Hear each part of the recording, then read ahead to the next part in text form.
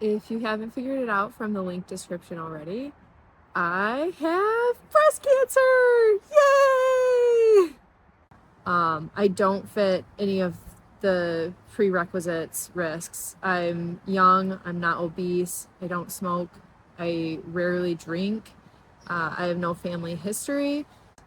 I was getting checked because of a lump that I've had for over 10 years now that was decidedly benign 10 years ago. And I had just been noticing it more and thought, let's be proactive and just make sure that it's nothing new. I'm about a year into a very transformative fitness journey that I started. It's ironic that I'm literally 1 year in and I got cancer. So I'm trying to make it feel like it wasn't a complete waste of my time to get into shape. Losing the weight that I did may have caused me to notice the lump more than I had in the past. So in a weird way, all of this focus on fitness, it could be what ultimately saved me. So trying to think positively about that. The research I've done in the past couple weeks trying to get ready for whatever surgery I choose to do has been exhausting. The doctors said, go home, try to rest and relax, do not doom scroll. I immediately went home and started doom scrolling. I've been doom scrolling since midnight every night since. So I was told that I could get a lumpectomy or a mastectomy, but the lumpectomy would require me to do chemo. Damn. So I don't even know what is true from the last time I recorded this, but a lot has changed. Since recording, I was planning to go into a double mastectomy at some point. Then I had gone back and said, what am I doing? This is absolutely crazy. I should just do a lumpectomy. Let's entertain that idea. And then from there, I met with a different surgeon that said lumpectomy and mastectomy are different. They are going to give you different outcomes and long-term results. And I was like, this makes so much sense. So finally, someone just addressed the elephant in the room with that. And I was all in again with a double mastectomy at that point.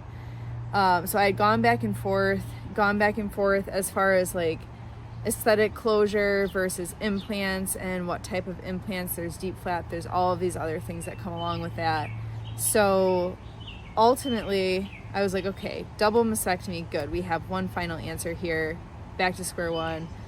When can I schedule a surgery? And they said, well, your MRI results came back and the original doctor said lymph nodes looked good. This new doctor is now saying we would like to go through with ultrasound to get a biopsy on them just to be absolutely sure. So I was like, of course, let's do the ultrasound. Ultrasound came back and said we'd like to do a biopsy. Okay, let's do a biopsy. During the biopsy, they actually struck a nerve, so the whole back of my arm is still numb. This was about a week ago now. Hopefully that nerve feeling will come back, but that test came back about 4 days later, literally the day before I was supposed to have my double mastectomy or lumpectomy or whatever. I was going to decide the day of surgery at this point, and it came back positive. So lymph nodes positive, surgery put on hold. Chemo is the first thing I have to do. Lymph nodes positive means it has spread. I'm at a stage 2 diagnosis at this point. Depending on what type of treatment, how my body reacts to it, it could be roughly a 3-month situation. Hopefully that's kind of best case scenario right now. And then I'll have to wait about a month in between chemo and then the final actual surgery to get the breast tissue and the tumor itself removed. It sounds like radiation is probably a big probability after surgery as well. So a lot of unknowns still, but that's where we're at right now. We have chemo to start and then surgery will come after.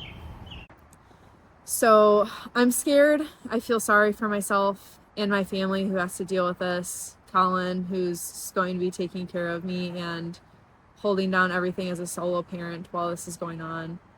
I'm so young to be having my first cancer, so hopefully I have a long ways to go till my next one, but that's definitely like the top thing on my mind is I'm not so worried about getting through this. I'm worried I won't be able to get through the next one.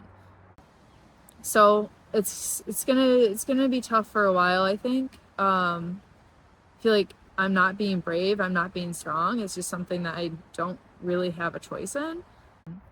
And feel free to reach out to me. Like, you can ask me as many questions as you want. I'm happy to give you way too much information.